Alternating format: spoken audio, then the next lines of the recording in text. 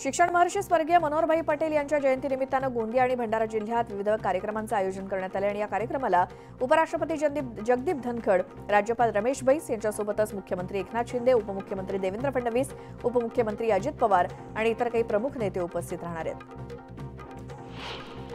उपमुख्यमंत्री अजित पवार आज पुणे दौऱ्यावरती आहे। ते विविध विकास कामांचा आढावा घेत आहेत। पक्ष आणि चिन्ह मिळाल्यानंतर अजित पवार पहिल्यांदाच युवक मेळावा घेत आहेत। आगामी निवडणुकांच्या पार्श्वभूमीवर ते युवा नेत्यांना कानमंत्र देणार आहेत। विरोधकांना महाराष्ट्राची तुलना बिहारसोबत करण्याचा काहीच अधिकार नाही, कारण पालघरच्या गडचिंचलेमध्ये साधू हत्याकांड घडलं तेव्हा तुम्ही बिहारसोबत तुलना केली होती का, असा सवाल मुख्यमंत्री शिंदेंनी विरोधकांना केलाय। मनोज जरांगे यांच्या उपोषणाचा आज दुसरा दिवस आहे। सगळेसोयरे अध्यादेशाचं रूपांतरण कायद्यात करण्याच्या मागणीसाठी मनोज जरांगे पाटील आंतरवाली सराटीत आमरण उपोषणाला बसलेत। 9 मागण्या पूर्ण होईपर्यंत उपोषण सोडणार नाही असा इशारा जरांगेंनी राज्य सरकारला दिलाय। रत्नागिरी जिल्ह्यातल्या खेड तालुक्यात माजी आमदार संजय कदम यांच्यावरती गुन्हा दाखल झालाय। अवैधरित्या सुरू असलेल्या जुगार अड्ड्यावरती कारवाई करत असताना कारवाईत अटकाव करत पोलिसांची हुज्जत घातल्याप्रकरणी खेड पोलीस ठाण्यात गुन्हा दाखल झालाय।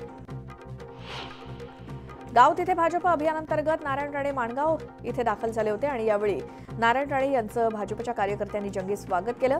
केंद्रीय मंत्री झाल्यानंतर नारायण राणे यांचा पहिलाच मेळावा माणगाव खोऱ्यात आयोजित करण्यात आला होता। कोरेगावात विकास कामांच्या लोकार्पण सोहळा आणि नागरी सत्कार कार्यक्रमात कृष्णा खोरे विकास महामंडळाचे उपाध्यक्ष महेश शिंदे यांनी विरोधकांवरती टीका केली। मनसुख हिरेनला दिवसाढवळ्या खाडीत कोणी फेकून दिलं, जिलेटिनच्या कांड्या कुणी ठेवल्या, सुशांतचा मृत्यू कसा झाला असे अनेक सवाल करत कायदा सुव्यवस्थेवरून टीका करणाऱ्या विरोधकांचा समाचार घेतला गेला।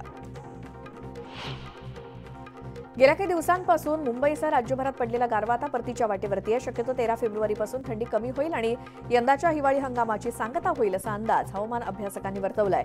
हवामानात सतत बदल होत असल्यामुळे पाऊस पडण्याची शक्यता देखील वर्तवण्यात आली आहे।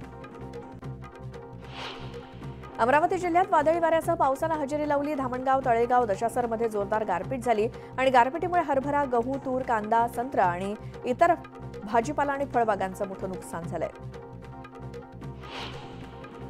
नागपूरसह विदर्भाच्या काही भागात शनिवारी रात्री गारपिटीसह अवकाळी पावसानं हजेरी लावली। हिंगणा, मौदा, भिवापूर तालुक्यातील काही गावात गारपिटीचा पाऊस झाल्यानं शेतकऱ्यांची चिंता वाढली आहे। 11 फेब्रुवारी ते 15 फेब्रुवारी दरम्यान विदर्भातील बहुतांश जिल्ह्यात तुरळक ते हलक्या स्वरूपाच्या पावसाचा इशारा देण्यात आलाय। वाशिम जिल्ह्यामध्ये हवामानात बदल झाला असून पाऊस पडण्याची शक्यता आहे। ढगाळ वातावरणामुळे हरभऱ्याच्या पिकावरती घाटे अळीचा प्रादुर्भाव झालाय, तर गव्हाच्या उत्पादनात घट होण्याची शक्यता आहे। बीड जिल्ह्यात ऐन फेब्रुवारीतच दुष्काळाचं संकट गडद होत चाललंय। बीडमधील 143 मध्यम आणि लघु प्रकल्पात 14% कमी पाणीसाठा शिल्लक आहे, तर 50 तलावांनी तळ गाठलाय। पुढील 3 महिने पाणी कसं मिळणार आहे असा प्रश्न बीडकरांना पडलाय। सांगलीच्या जतमधील पाण्याचा प्रश्न पेटलाय। आश्वासन आणि उद्घाटन सोहळे नको, तर आम्हाला पाणी द्या, हीच जत पूर्व भागातील 65 गावांची एकमुखानं मागणी आहे। उमदी बालगाव नंतर आता संख गगनातील नागरिक आक्रमक झालेत।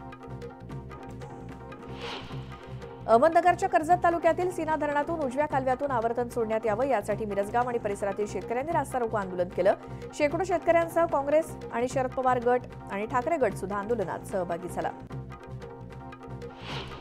हातनूर धरणातून भुसावळ, यावल, अमळनेरसह तब्बल 110 गावांना पाणीपुरवठा केला जातोय।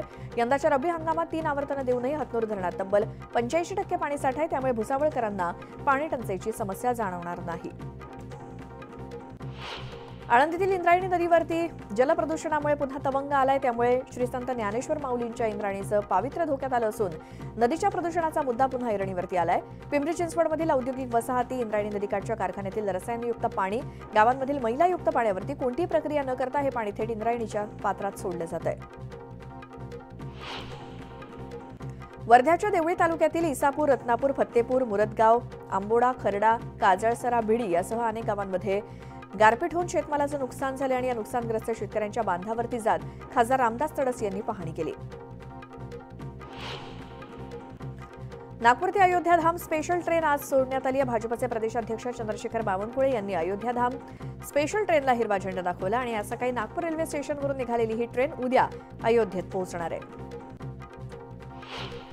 मध्य रेल्वेच्या लोकमान्य टिळक टर्मिनस म्हणजेच एलटीटी इथे कोचिंग सुविधा वाढवण्यासाठी एलटीटी यार्डातील कामासाठी 11 ते 18 फेब्रुवारी दरम्यान मध्यरात्री मेगा ब्लॉक घेण्यात येतोय। 7 दिवसीय ब्लॉकमध्ये निरनिराळी कामं हाती घेण्यात येणार असून अनेक एक्सप्रेसच्या वेळापत्रकात बदल करण्यात आलाय। मध्य रेल्वेच्या पुणे विभागात पुणे लोणावळा दरम्यान इंजिनिअरिंग आणि तांत्रिक दुरुस्ती देखभालीच्या कामांकरता आज मेगा ब्लॉक आहे। या काळात पुणे लोणावळा पुणे दरम्यानच्या 14 लोकल गाड्या रद्द असतील। गेल्या काही महिन्यात दाट धुक्यामुळे 150हून जास्त विमानं रद्द झाल्याच्या घटनेची केंद्र सरकारनं गंभीर दखल घेतली असून या प्रकरणी स्पाइसजेट, एअर इंडिया, इंडिगोला कारण दाखवा नोटीस जारी करण्यात आली आहे। दाट धुक्यामुळे किंवा कमी दृश्यमानता असताना अनुभवी वैमानिकांची नेमणूक का केली नाही अशी विचारणा या नोटिशीद्वारे करण्यात आली आहे। नुकत्याच झालेल्या 2023 मध्ये देशभरात 1,30,00,000 पासपोर्ट जारी करण्यात आलेत। यामुळे पासपोर्ट धारकांची संख्या 9,20,00,000 झाली आहे। विशेष म्हणजे यात महिलांची टक्केवारी वाढत असून 1/3 महिलांनी पासपोर्ट काढलेत। प्रत्येक शाळेत हॅपी सॅटर्डे ही संकल्पना राबवण्याचा मानस शिक्षण विभागाचा आहे। त्यासाठी शाळांमध्ये प्रत्येक शनिवारी मुलांसाठी अभ्यासाव्यतिरिक्त केवळ आमंत्रण वाचन, खेळ, छंद जोपासणं इत्यादी उपक्रम राबवण्यात येणार आहेत। शिवाय पालिका शाळांमध्ये लायब्ररी इन बँक हा उपक्रम सुद्धा राबवला जाणार असून त्यामुळे विद्यार्थ्यांचा शब्दसाठा वाढण्यास मदत होईल, त्यांचं वक्तृत्व सुधारेल अशी माहिती राज्याचे शिक्षण मंत्री आणि शहर विभागाचे पालकमंत्री दीपक केसरकर यांनी दिली।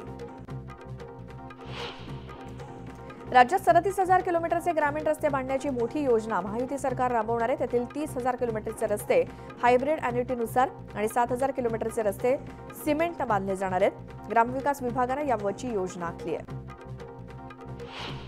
राज्यभरातील एसटी कर्मचारी 13 फेब्रुवारीपासून विभागीय पातळीवरती उपोषण सुरू करणार आहेत। उपोषणानंतरही मागण्या मान्य न झाल्यास कामबंद आंदोलन करण्याचा इशारा एसटी कर्मचाऱ्यांच्या वतीने देण्यात आला। मनोज जरांगेंच्या मराठा आरक्षणासाठीच्या आंदोलनावरती जामखेडमधील चित्रकार नवनाथ बहिर यांनी नारळात छत्रपती शिवाजी महाराजांचं चित्र काढलंय। तर नारळाच्या वरच्या बाजूवरती जरांगेंचं चित्र साकारलंय। यातून जरांगेंच्या आंदोलनामागे शिवरायांचे विचार असल्याचा संदेश देण्यात आलाय।